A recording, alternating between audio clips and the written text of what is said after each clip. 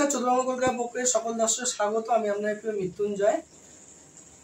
2011 সাল থেকে হাওড়ার যে উন্নয়ন মাননীয় মুখ্যমন্ত্রী মমতা বন্দ্যোপাধ্যায় যে করে আসছে তৃণমূল নেত্রী, সেই উন্নয়ন একের পর এক আমরা দেখতে পাচ্ছি চোখের সামনে। যে মানুষের আগের থেকে কটা যে বিদ্যুৎ ছিল না, সেই বিদ্যুৎ আনা থেকে আরম্ভ করে রাস্তা খানাগর্ত বোঝানো থেকে আরম্ভ করে রাস্তা মেরামতি থেকে আরম্ভ করে উনি কিনা করেনি। যে মানুষগুলোর উপর বিশ্বাস করে করছেন, সে মানুষগুলো যে এখনকার যে এই হাওড়া জেলার যে কান্ডারি এক একজন, তার মধ্যে আমি অন্যতম কান্ডারিকে পেয়েছি, যিনি হচ্ছে এখন হাওড়া জেলার 21 নম্বর ওয়ার্ডের কাউন্সিলর শ্রী ভূপেন দাস মহাশয়কে। নমস্কার। আজকে আমার চ্যানেল থেকে নমস্কার আপনাকে। আপনার এই যে কার্যকলাপ, এই যে এত সুন্দর একটা উন্নয়ন, এই যে মানুষের একটা ভালোবাসা, এই নিয়ে আমাদের দর্শকদের কি ভাবতে হবে? দিদির উন্নয়নের ছাড়া বিকল্প কিছু বলি না। দিদি আইনটিদের কোনো বলতেই দিচ্ছে না। দিদি বলেছে আমার উন্নয়ন তোমাদের উন্নয়নে জোট বেঁধে উন্নয়ন যেটা হচ্ছে সেইটি প্রচার করে। কাজে উন্নয়ন হাওড়া 11 সালের পর থেকে যে সুন্দরভাবে হয়েছে কর্পোরেশনে, আপনারা দেখতেই পাচ্ছেন। রাস্তাঘাট, আলো প্রত্যেকটা, এবং পুকুর বাঁধানো থেকে আরম্ভ করে প্রত্যেকটা ক্ষেত্রেই প্রচণ্ডভাবে দিদি হাওড়াকে উন্নয়নের দিকে নিয়ে গেছে। নালে একটাই কথা ছিল যে 500 বছরের পুরনো হাওড়া ঠিক কথা, কিন্তু কলকাতা থেকে অনেক পিছিয়ে। কিন্তু দিদি এই কলকাতার সমতুল্য হাওড়াকে করার জন্যই নবান্নে হাওড়া এনে। এই যে আজকে যে দীর্ঘদিন ধরে যে যে ভোটটা হয়নি, আমাদের হাওড়ায় যে ভোট, সেই ব্যাপার নিয়ে কিছু বলবেন? ব্যাপারটা তো আমরা প্রথম থেকেই চাইছি, কিন্তু আগের রাজ্যপাল, বর্তমান রাজ্যপাল এবং সবেতেই বিজেপি এবং সিপিএম সুপ্রিম কোর্টে কালকে তো ঝাড় খেয়েছে, সবেতেই গিয়ে হাজির হওয়ার জন্য কোর্টে চলে যাচ্ছে। আমরা দুটো কর্পোরেশনকে এক করে করতে গিয়েছিলাম, সেখানে দেখলাম যে উন্নয়নটা একটু বাধা পাচ্ছে। তাই জন্য হাওড়া কর্পোরেশন 50টা যেমন ছিল, সেইটাকে আমরা ভেঙে 66টা করেছি এবং বালিটাকে বালির দিকে দিয়ে দিয়েছিলাম। তাতেও কেস করে দিলাম, কেস করে আটকে রইল এতদিন। তাতে কি করবে? দিদি তো কন্টিনিউ চাইছেন নির্বাচন হোক, নির্বাচিত প্রতিনিধির মাধ্যমে কাজকর্ম হোক, কিন্তু এরা বদমাইশি করে নিজেরা জিততে পারবে না, যেন তেন প্রকারে কোর্টে গিয়ে এই ডিলে করে অপপ্রচার করার চেষ্টা করছে। 26-এ ভোট আসছে, 26 ভোটেতে আমরা মোটামুটি কেমন কি মনে হচ্ছে? 26-এ তো আমরা শুধু 6 মারবো, কেমন, আর ওদের বোল্ড করে দেব। কালকে যেটা দিদি বলেছে সেটা আমাদের এক কথা। আর আমাদের হাওড়া তো সবসময় দিদির পরে আছে, 16টাই সবসময় পেয়ে আসি। এবারে আমাদের দেখতে হবে মার্জিনটা আরো কত বাড়ানো যায়, এছাড়া আর কিছু বলার কিছু নেই। কিন্তু বিরোধী দলনেতা যে আমাদের যে শুভেন্দু অধিকারী, উনি বলছেন যে তৃণমূল একটা ভোট আগে 26-এ ভোট পাবে না, এটা ব্যাপারে কিছু বলবেন? ও তো পাগল, ওরা রাখতে পারবে কি? যে হাল হয়েছে কংগ্রেসে, যে হাল হয়েছে সিপিএম এ, ওদের কি হাল হয় এবার দেখুন। তো পাগল একটা, তোকে চিনতো কে? মমতা ব্যানার্জি নিজের ভাইয়ের মতো এনে আঁচলে জড়ানো থাকতো। দিদি অসভ্যতার নোংরামি করেছে, দিদিকে মেদিনীপুরটা আমি দেখছি বলে অসভ্যতার নোংরামি করেছে, তার ফল পাচ্ছে। এবারে ইলেকশনেও দাঁড়াক না, ওইখানে দিদি যদি আমায় পাঠায় সেইখানেই হারিয়ে দেবো। ওর আছেটা কি? পাগল একটা।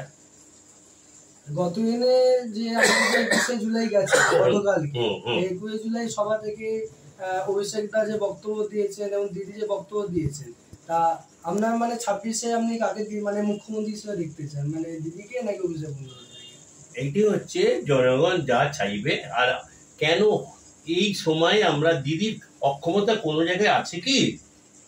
আমরা সেনাপতি হিসাবে দিদি বলেছি, আমরা মেনে নিয়েছি, আমরা দেখছি। অভিষেক দিল্লি দেখবে। দিদি বলেছে, আমরা দেখছি কি ভালো বক্তব্য রাখছে, তুলনা হয় না। আর পশ্চিমবঙ্গের উন্নয়নের পশ্চিমবঙ্গের ব্যাংক, সেটা হচ্ছে মমতা ব্যানার্জি। তার সাথে অভিষেক হাত মিলিয়েছে, আমাদের হাত শক্ত হয়েছে, জনগণের হাত শক্ত হয়েছে। কালকে তো বোঝাই গেল স্বতঃস্ফূর্তভাবে দিদির রেকর্ড দিদি ভাঙছে। প্রত্যেক বছর 23-এ ভেঙেছে, 24-এ ভেঙেছে, 25-এ তো একদম বাম্পার হয়েছে। দিদির রেকর্ড দিদি ভাঙবে, অন্য কেউ ভাঙতে পারবে না।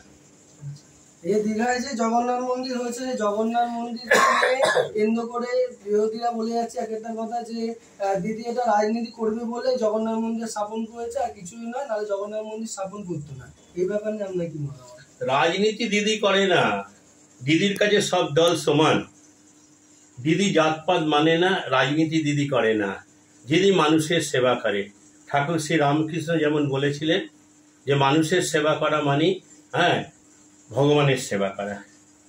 দিদি একটা এইখানে করেছে, এনেছে জগন্নাথ, যাচ্ছে লোক দেখতে, তাতে কি আছে? একটা জগন্নাথ কাউরের একার, উড়িষ্যার একার, পুরীর একার? কেন তোমার বাড়িতে নেই, আমার বাড়িতে নেই জগন্নাথ?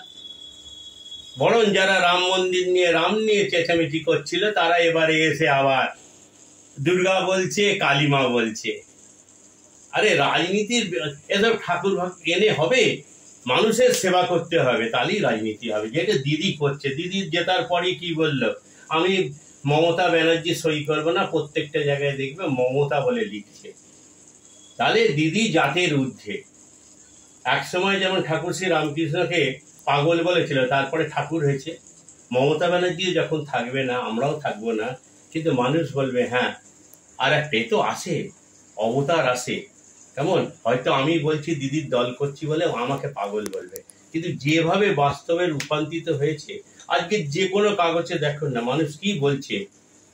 অর্থনীতিবিদেরা কি বলেছে যে কোভিডের পর ক্যাশ টাকা মানুষের হাতে দিতে হবে, সে টাকা দিল না, নোটবন্দি করলো, কতজন মারা গেল, কি বলল যে এমন সেন্সার দেওয়া 500 টাকা হবে, জাল হবে না। আর এখন আমরা দেখছি 37% জাল নোট বেরিয়ে গেছে 500 টাকা। তাহলে লাভ করে কোটি কোটি টাকা নষ্ট করে মানুষ লাইন দিয়ে জমা দেওয়ার জন্য মারা গেছে। এর চেয়ে দুঃখজনক ঘটনা কি হতে পারে? একটা ব্যাপার যায়, বিজেপি বলছে কোনোদিন যদি ক্ষমতায় আসে ওনারা লক্ষ্মীর ভান্ডার তুলে দিয়ে সেটা অন্নপূর্ণা ভান্ডার করবে এবং প্রতি মাসে মহিলাদের 3000 টাকা করে দেওয়া হবে। কেন আবার আবার ভান্ডার ফান্ডার বলছে কেন? কথাটা আবার টাকা বেশি দেয়, এই তো বলছিল ভর্তুকি দিয়ে, অমুক দিয়ে, চালিয়ে টাকা দিয়ে মোট ভোট কিনছে। হ্যাঁ, আর ওরা ওই স্বপ্নই দেখুক, ও স্বপ্নই দেখুক। মমতা ব্যানার্জি যতদিন জীবিত থাকবে, মমতা ব্যানার্জি মুখ্যমন্ত্রী ছিল, আছে, থাকবে। আর আমরা আমাদের শেষ রক্তবিন্দু পর্যন্ত মমতা ব্যানার্জির সাথে ছিলাম, আছি, থাকবো। কিছুদিন আগে, মানে কয়েক বছর আগে শ্রীরামকৃষ্ণ আমাকে বলেছিলেন, জগনকে বলেছিলেন যে প্রতিটা গরিব মানুষের জন্য 5 লক্ষ টাকা করে দেওয়া হবে। 5 নয় 15 অ্যাকাউন্ট করতে। 15 লাখ, আচ্ছা 15 লাখ টাকা করে। সেই 15 লাখ টাকা করে দেওয়া হলো, সেটা যদি কিছু বলেন। আরে 15 লাখ টাকা যখন জিরো অ্যাকাউন্ট খুলতে বললো, তখন তো আমার ছেলেই চেঁচামেচি করলো। আমি বললাম দেবো তো ভাঙতা না, খড়ি করলো 5 লাখ না 15 লাখের কেন, 1 লাখও ঢোরে নে। তারপরে বছরে বলেছিল 2 কোটি মানুষের চাকরি হবে। 3 দিন আগেও দেখলাম কাগজই দিয়েছে, কেমন যে 2 কোটি কেন, 1 কোটি হয়নি। এই 10 বছরে 11 লক্ষ লোকের চাকরি হয়েছে। আর ভাঁওতা দিয়েছে তুমি চাকরি করো, তোমার ডিপার্টমেন্টালে প্রমোশন হয়েছে, সেইটাও চাকরি বলছে, সেটা আবার চাকরি হলো? আমি একটা পদে কাজ করছিলাম, উঁচু পদে গেলাম, তাহলে কি সেইটা আলাদা চাকরি হলো না? তো সেই পদটা খালি যেতে হলো, সেইটাতে যদি লোক নেওয়া হয় তবে বলে। শুধু ভাঁওতা ছাড়া কিচ্ছু নেই। মানুষের অবস্থা খুব খারাপ। শুধু মমতা বন্দ্যোপাধ্যায়ের জন্য আমরা দুমুঠো খেয়ে বেয়ে বাঁচছি।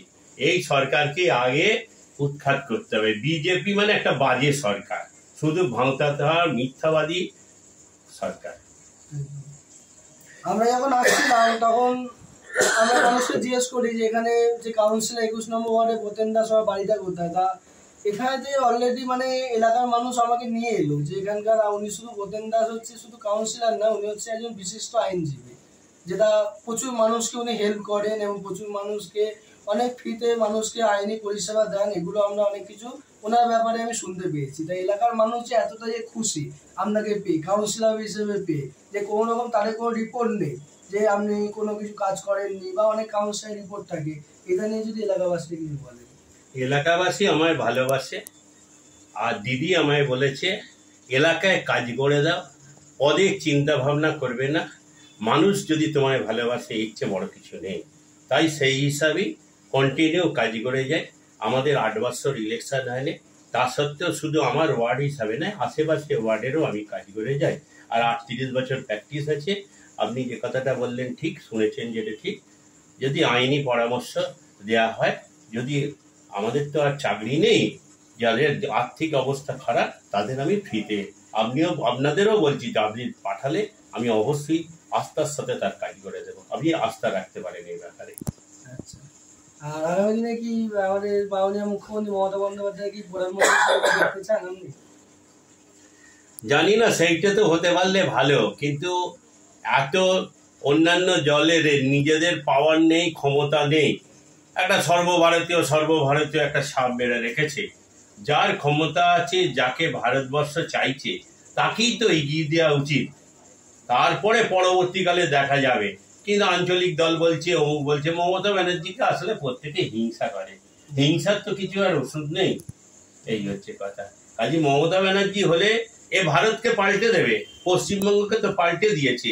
যে রাজনীতি ছিল বন্ধের রাজনীতি, বন্ধ তো তুলে দিয়েছে, কর্মক্ষমতা মানুষের বাড়িয়ে দিয়েছে।